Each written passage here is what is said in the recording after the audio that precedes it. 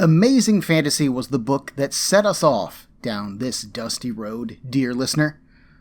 I collected 2004's Amazing Fantasy for a number of reasons. First off, I actually bought the opening 6 issues back when they were first released, but I had gotten rid of them at some point, so it was time to get them back. That's actually a running theme of my collection, the getting rid of something and then buying it again 5 years later. That's why I just don't get rid of anything anymore. So there's that. More importantly, though, this volume launched several characters that have gone on to various amounts of Marvel success.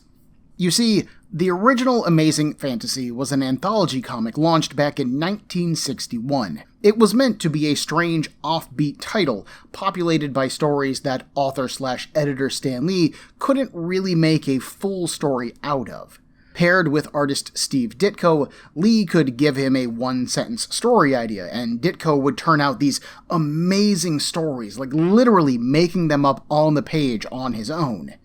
This run is most famous for issue 15, which introduced the world to a brand new character, Spider-Man. And, he's gone on to be moderately successful.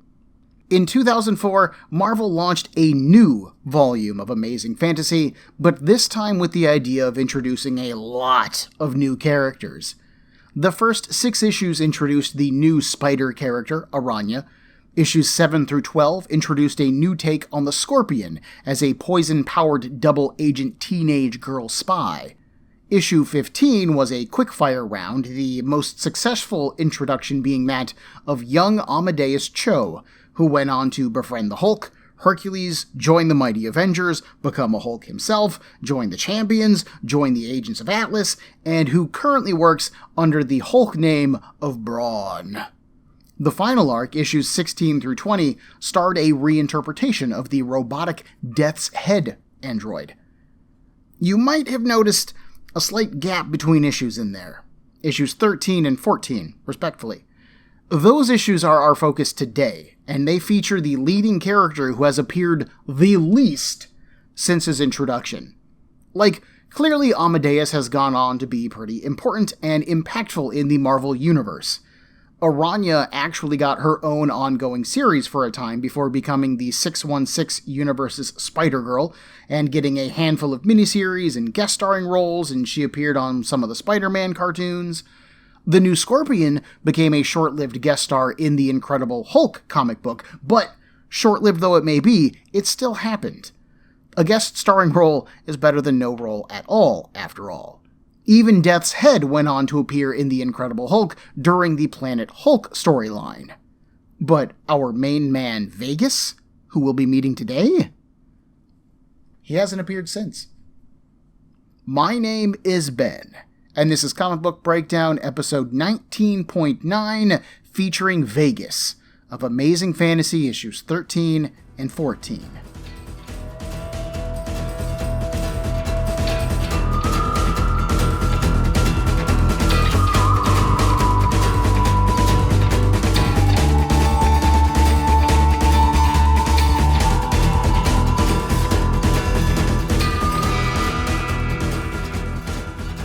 We start off at a small gas station in eastern Oregon.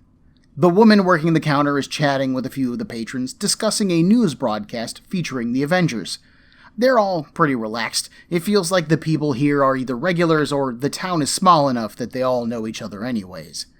There's one odd man present, a rough-looking dude with a mohawk and a backpack. The cashier comments that she would recognize a super person anywhere, mask or no mask. In walks Vegas, right on cue. Vegas doesn't look like anything special. He's a white male, maybe in his late 20s or early 30s. He has on a red and black flannel shirt, a worn pair of jeans, some dirty boots, and a dirtier brown jacket that reaches his knees. He has fairly long brown hair, a bit of stubble on his chin, and he just looks tired. Vegas narrates, telling us that he needs gas, some food, and a little bit of luck. He heads to the coffee machine, and the cashier starts up her conversation with the other customers again. If someone can teleport, why would they choose to be a superhero, she asks, or even commit crimes? Just open a delivery service and you're going to be set for life. That's easy. Or if you're somebody who's all hung up on power and responsibility, then why not just join the cops like a normal person? Or the army, somewhere where you can do some actual good? Then she notices Vegas and asks him, "What about you, stranger? What do you think about super folks?" He stares at his cup of coffee. "Well, I figure they're doing the best they can, same as the rest of us." Quote, "I imagine the worst among them got their good reasons, and even the best got their tragedies. And most times, one's a coin toss away from the other. But then, life's a gamble. Might as well play to win." End quote. The cashier smiles. A man after her own heart. So he probably wants a scratch-off to go with his gas and drink. They've had some lucky winners lately. Vegas starts rooting in his pocket. Well, let's see how much he has first. But when he opens his wallet, well, this sure is embarrassing, but he doesn't seem to have... He could have sworn, but he must have left too quickly. He's broke. In his head, Vegas says that he's done this before, and in order to do it right, you need to give him some of the truth. So he tells the cashier, and us, that his sister, Jane, suffered a terrible accident. Something happened and she got killed, and now he's just trying to get home. So if there's any way that you all could help him. As he says this, we get two brief flashback panels. The first shows Jane in a lab coat in some kind of science facility. She has a rose necklace or charm around her neck. I bring this up because the next panel shows Vegas on his knees, engulfed in some kind of crackling energy, clutching that rose. Touched by his story, the cashier and the other patrons start to help Vegas out, offering him money or to cover his costs. Vegas grabs a rose from a nearby flower display and asks if he could be so bold as to have that added to his debt, so he can give it to the cashier. Their eyes meet, and he can tell that there's something there. A spark, or maybe something more. Some connection, and they both need it. As he passes her the rose, their fingers brush, and a literal spark of energy jumps between them. The mohawked man from earlier interrupts, pointing a shotgun at the group. He's never seen anyone get people to cough up their wallets that fast. He's got to hand it to Vegas. Mohawk then tosses his backpack to Vegas, referring to him as his assistant, and instructs the others to put their wallets inside. The cashier is outraged, asking angrily if Vegas was part of this all along. But he's clearly just as confused as the others, and his narration mentions that his sidearm was buried with his sister. So instead, he does as he's told and holds the bag towards the others. In his head, he can hear the voice of the police as he tries to explain what happened here. "I had to help, officer. He had a gun." "Oh yeah, boy? Is that what they'll say when I call Huntsville, Texas?" Vegas can't have anyone asking him questions right now. He has one shot to end this now. And remember, he's a gambler. He rolls the dice and swings the bag, knocking the gun away and hitting Mohawk in the face. The gunman recovers quickly, aims his gun, and fires. But for a moment, for Vegas anyways, everything stops. The shot seems to go wide, blasting through the backpack that Mohawk gave Vegas, and numbers surround him. They're the same numbers, 59, 31, 62, 17, over and over again, repeating in midair. They don't mean anything to him. But when they go away, Vegas is somehow still standing and unharmed. He suddenly steps forward, decks the gunman, and knocks him out. We jump forward a bit in time after Vegas has left the gas station when the cops have arrived. Vegas's narration tells us that he didn't want to stick around for police questions, so he used his dead sister as the reason why he had to go. He would have liked to take that shotgun as he's currently unarmed, but it's connected to a crime now, so that's a no-go. The cashier, who is named Annie, doesn't charge him a thing, even after that gun blast that went wide destroyed her purse. And the $10,000 winning lotto ticket that was inside. The winning numbers were 17, 59, 31, and 62. The same numbers Vegas saw in his vision. And that's new. He's never had visions before. Hopefully it won't happen again.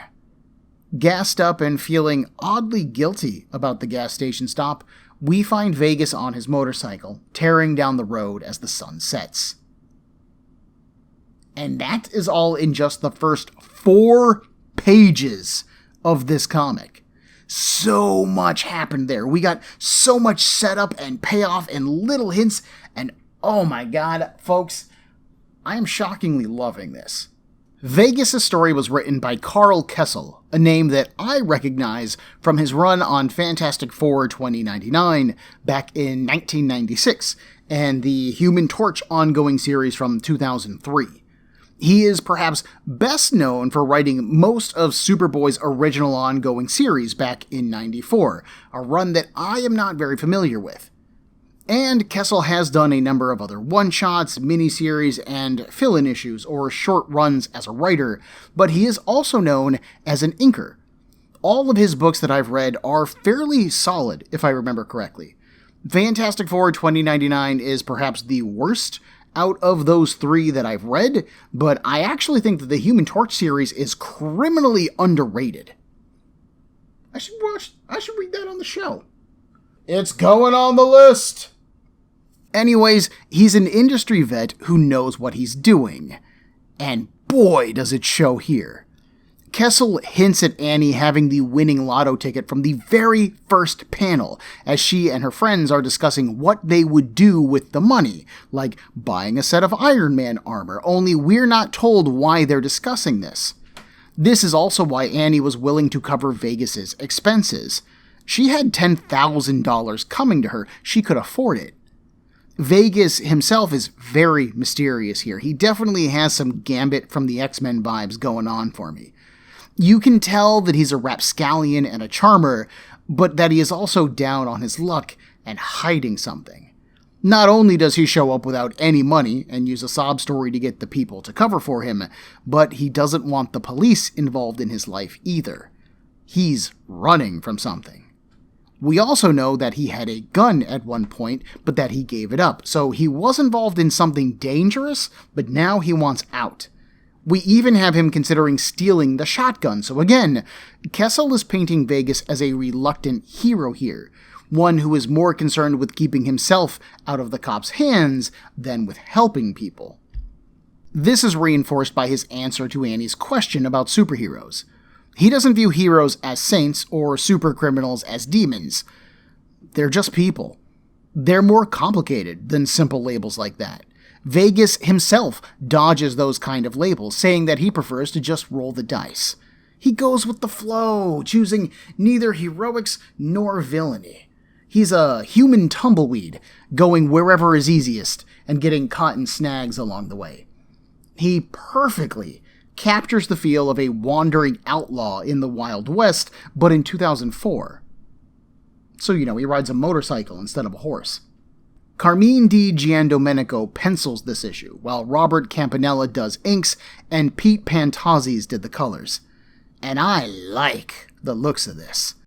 I've seen Giandomenico's artwork in a number of places, and while it did take me a minute to warm up to it, I really have.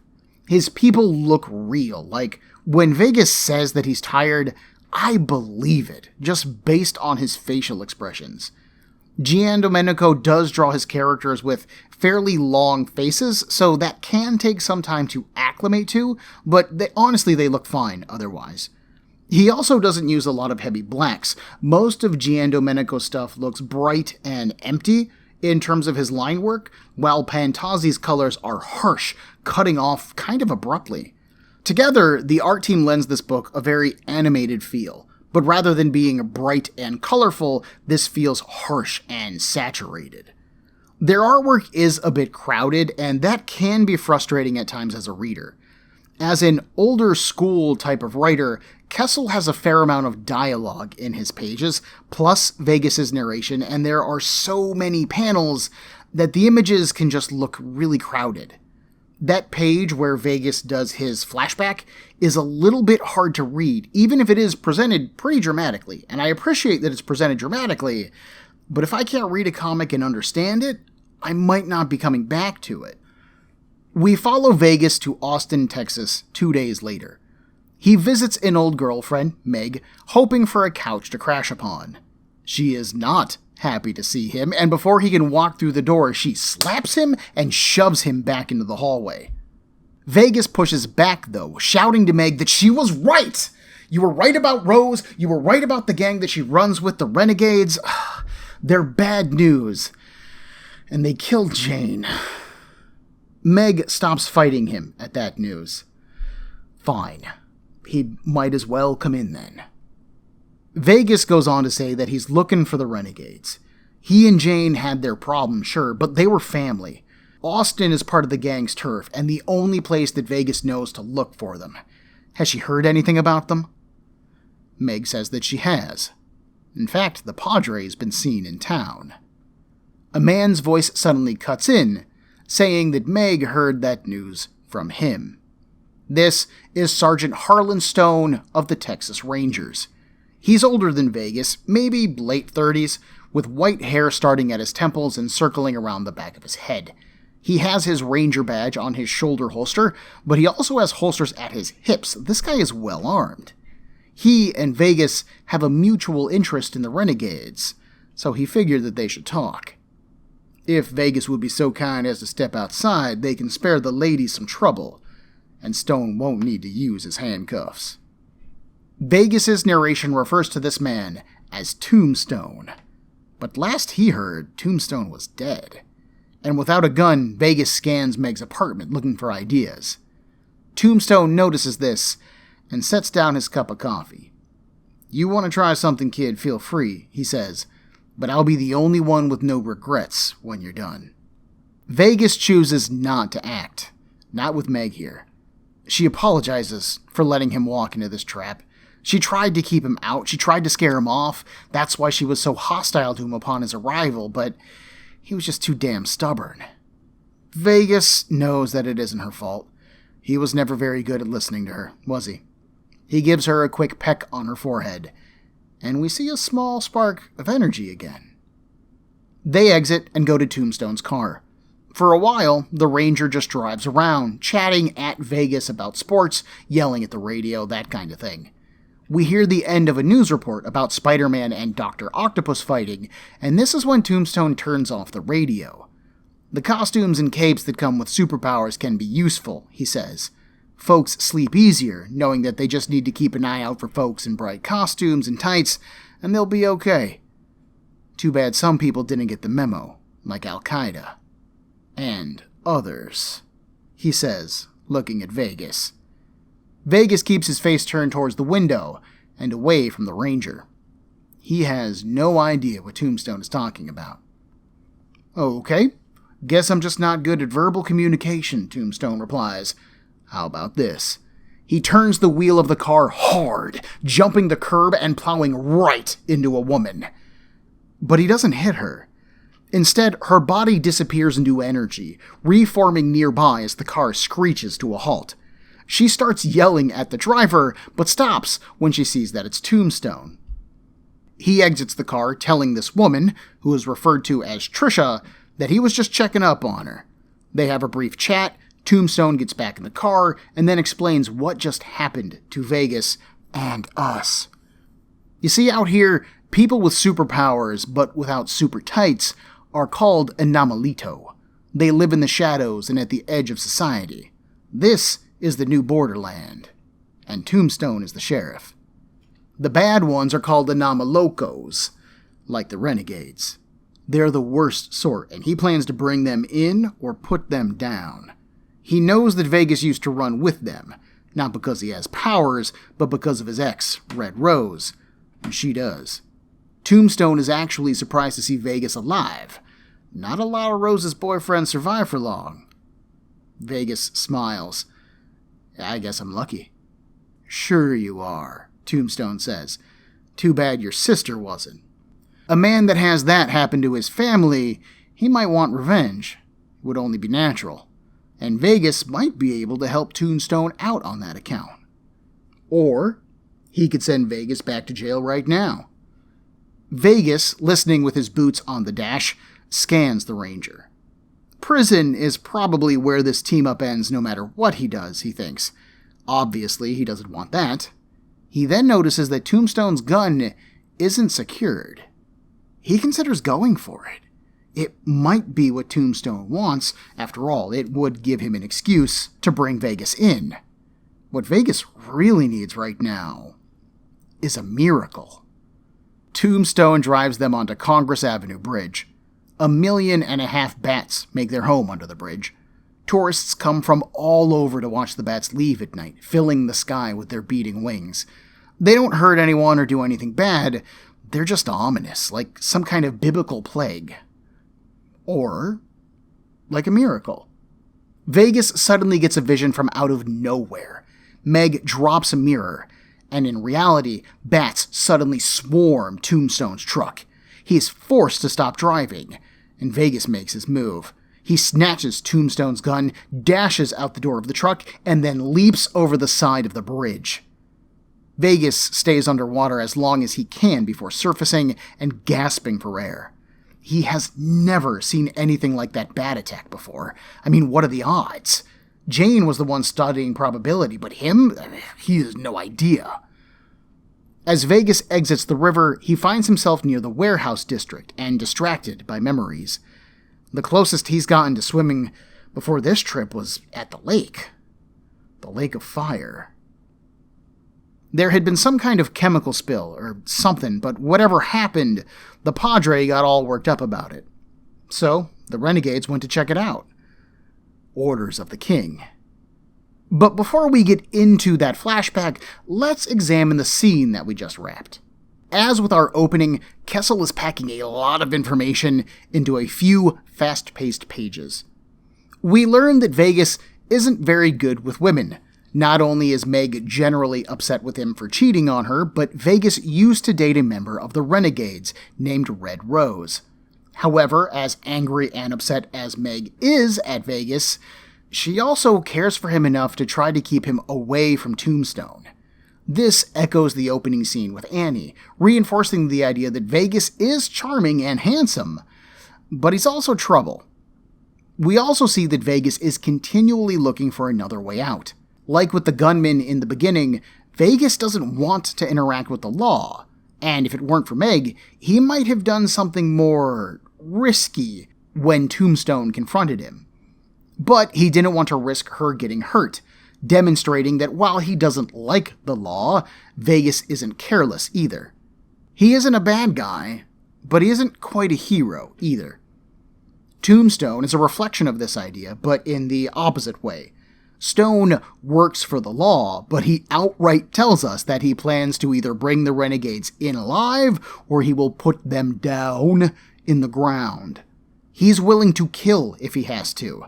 And the scene with Meg demonstrates how casual he is about using people to achieve his ends. He doesn't want to hurt Meg or Vegas, but if Vegas had fought back, he wouldn't have hesitated to do the same. And if something had happened to Meg, well, that would have been Vegas's fault. This idea is driven home during the scene with Trisha.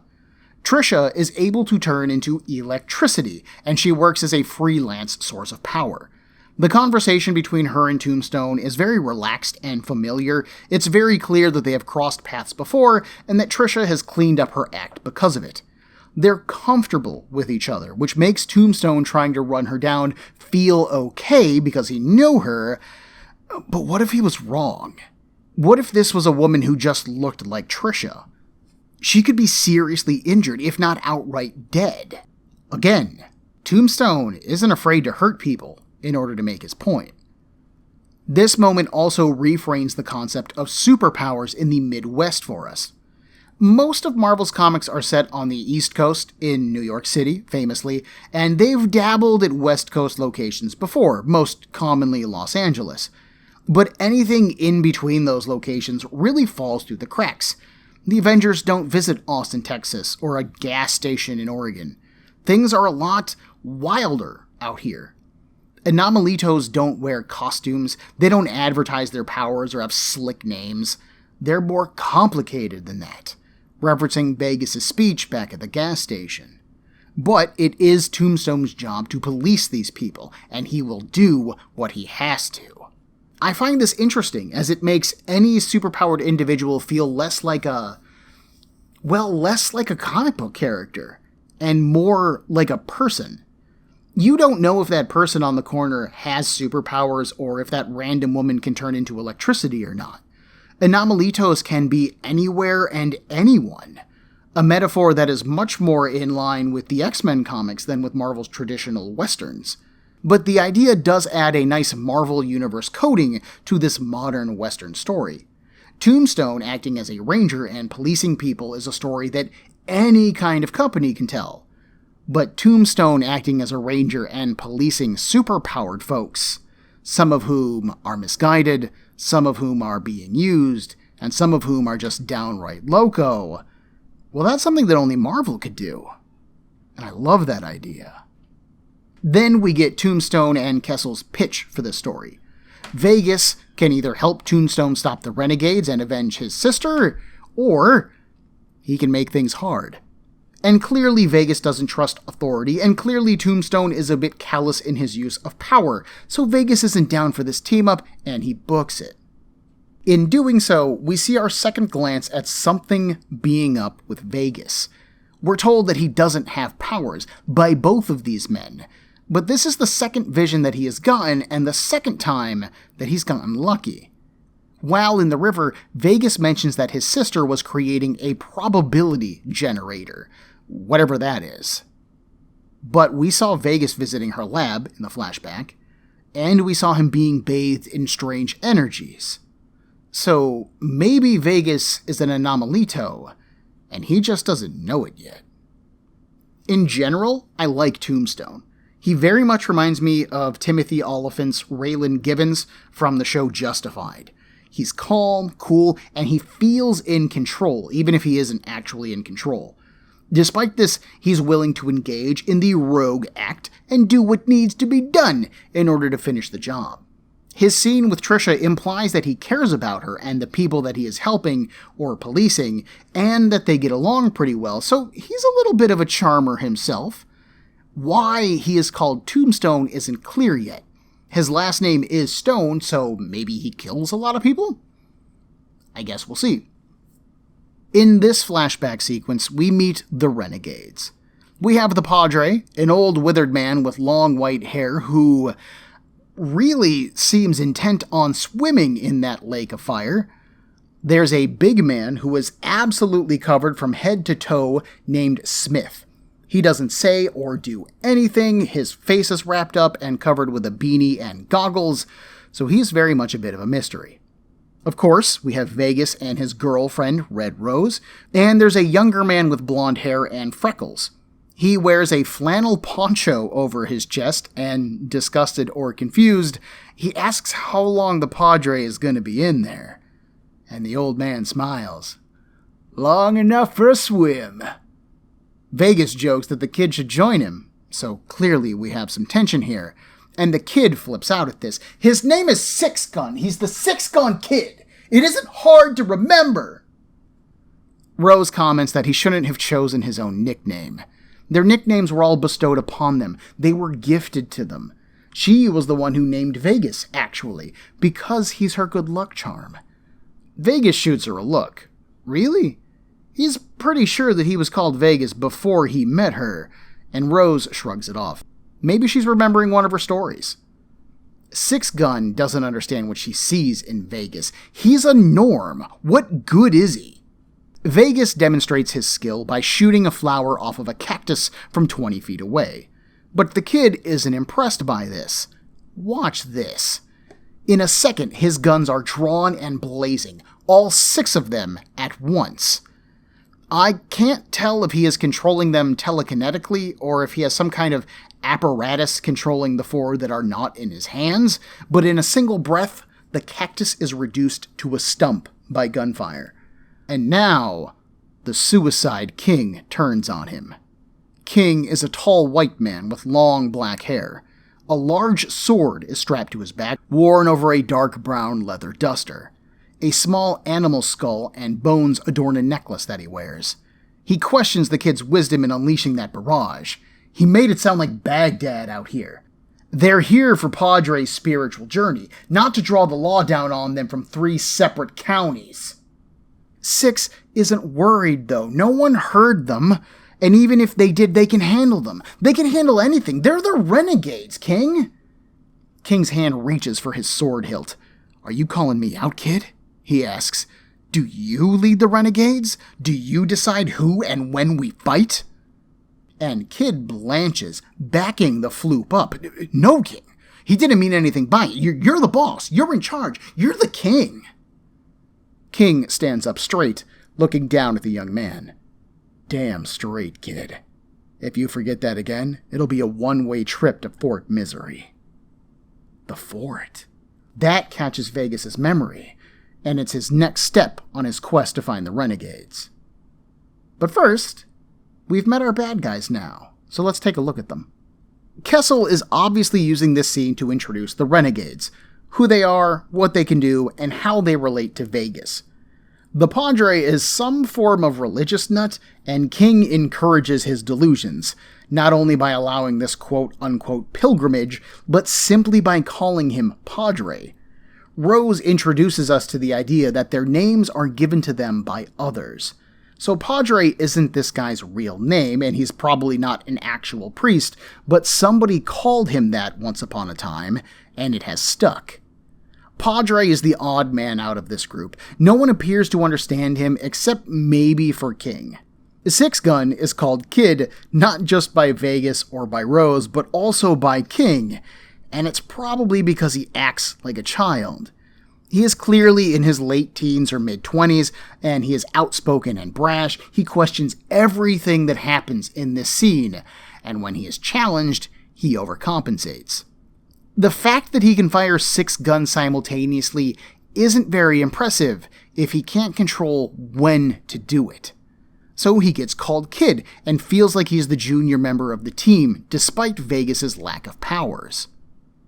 Rose and Smith remain mysteries, but I'm okay with that because we still have one more scene to cover in this issue, and good God, I feel like I have been breaking this issue for days. We can cover them later, that's okay. We don't have to do everything in this one issue, Carl Kessel. We really don't. I get it, we gotta do a lot, but we don't gotta do everything. So we end on King, demonstrating his absolute place on top of the pecking order, but still remaining coy on how he does so. Six Gun just showed us how destructive he can be, and how fast he can be destructive, but then he is scared of a guy with a sword? What can King do with that blade that makes him top dog in this group? We don't know, but it is intriguing, and that carries over into our next story, and hopefully a dramatic confrontation. But Kessel doesn't use this flashback just to introduce our baddies. No, by having King mention Fort Misery, he also gives us the next stop on Vegas's hunt, moving the story forward while also educating us. That is some grade A level storytelling. As Vegas approaches Fort Misery, he also explains what it is to us. The fort is a former warehouse, abandoned and then bricked over. Its insides are a maze of storage units, and the first floor tends to be used by bums and the homeless. But no one has ventured to the second floor since the Renegades moved in, because from there up, the building belongs to the Suicide King, and God help any fool who crosses him. Vegas has never actually been inside the fort. He and Rose were normally in the Padre's ride, fooling around in the back seat while they waited on the others.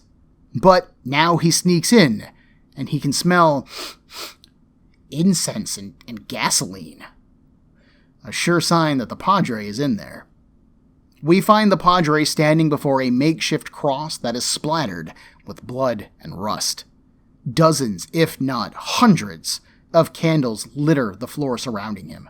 The Padre is talking to God, a candle in one hand, asking God to use him.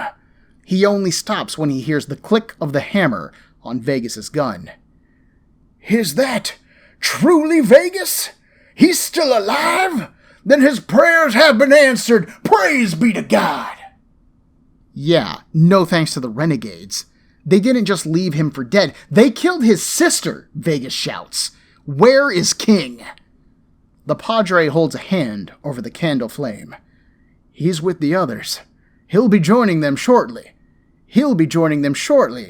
After he cleanses this place.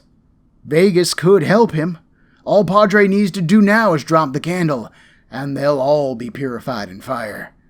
They are all sinners and deserve damnation." The closest door is suddenly kicked in, and Tombstone is back on the job. He aims a shotgun at the Padre and a handgun at Vegas.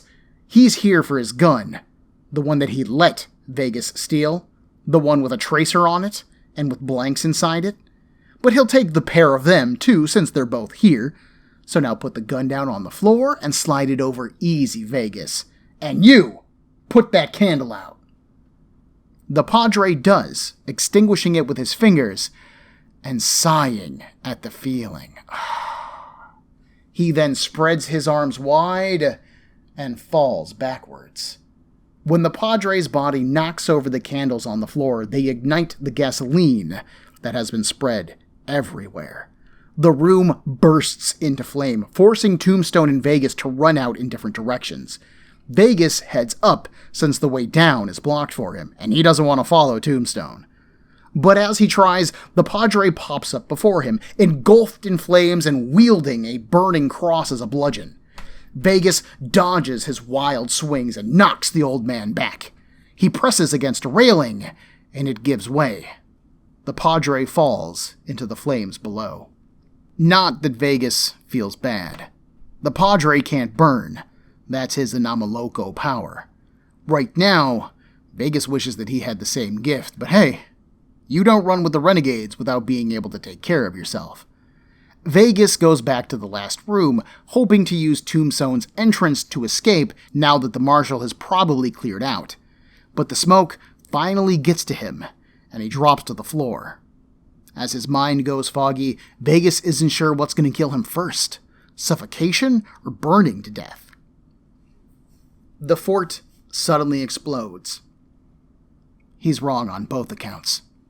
This is one of those scenes where Giandomenico's page layouts can get pretty clustered and a bit hard to follow, especially with Padre popping back up from seemingly nowhere. But the cliffhanger that we end on is nice. Whatever powers Vegas does have are ill-defined enough at this point that we aren't sure if he can survive this explosion, and if he can survive it, we aren't sure how. This is a superhero comic, so we expect that he'll survive, but adding in some mystery about how he'll do it is a nice touch. Tombstone's arrival was unexpected. I had honestly forgot about him at this point, but it made complete sense. I talked before about how willing Tombstone is to use people to accomplish his goals, and boy howdy did he really set Vegas up here. A gun with blanks, with a tracer in it, and an opportunity to escape? For a guy who wants to just float through life, Vegas is surprisingly easy to manipulate. Maybe that's why he's so easy to manipulate. I don't really enjoy this meeting with the Padre. Vegas's relationship with the Renegades is clearly antagonistic, but this doesn't mean his past relationships with them are gone either, right? And Vegas's flashbacks seem to tell us that he felt like the Padre was weird. And he is certainly presented to us that way, don't get me wrong. But what does that mean to Vegas? Does he fear the Padre? Does he hate him? He doesn't seem to want him dead in this scene, but Vegas is also willing to defend himself to the point of killing the Padre. And honestly, the strange religious half-mad vibes that the Padre is putting out kind of make him hard to read anyways. He seems happy to see Vegas alive initially, and honestly, so then why did the Renegades abandon him? Especially if he and Rose were a couple. I don't know, and the story doesn't make the Padre any easier to read because of it. This is a fast-paced, maybe a bit rushed comic, crammed to the panel borders with ideas, characters, and a kinetic energy. Kessel is really slamming the story into this. It can be jarring to read, especially as the previous stories in Amazing Fantasy with Aranya and the New Scorpion felt so decompressed. But honestly, I kind of love it. This feels a bit more like the fast-paced stories of the 60s and 70s, but like with a modern polish. This kind of feels like what I imagine the original volume of Amazing Fantasy felt like in terms of its speed and just moving. I really like it. I had planned to cover this story with Vegas in a single episode, but as I'm recording this one, I can see that my recording length is currently sitting at almost 45 minutes, and that is a bit long for any episode, much less an episode that's supposed to have 2 issues in it. So I'm going to cut the Amazing Fantasy single episode into 2 of them, and hopefully the second one won't be as long. Or, if it is, hopefully it won't be nearly as frustrating as having an hour-and-a-half long episode. Oh my god, I can't. As much as I love doing the show, I can't imagine listening to me for an hour and a half. Oh, jeez. I knew that Kessel was doing a lot of work in this story, but I didn't realize that I had so much to say about it. Wow. Next time, we pick up the story of Vegas. Next time, we pick up the story of Vegas and the Renegades. We'll learn what happened to his sister, Jane, what exactly is going on with Vegas and his newfound superpowers, and we'll finish this confrontation with the Padre. Join me in a week for Comic Book Breakdown episode 19.10, Amazing Fantasy issue 14, featuring Vegas. Everyone, there are a million podcasts vying for your time and attention, and I'd like to thank you for listening to mine. If you would like to get in touch with me to share a concern, request a series, compliment me, berate me, whatever you like, send me an email at cbbreakdown@gmail.com. Otherwise, thanks for listening.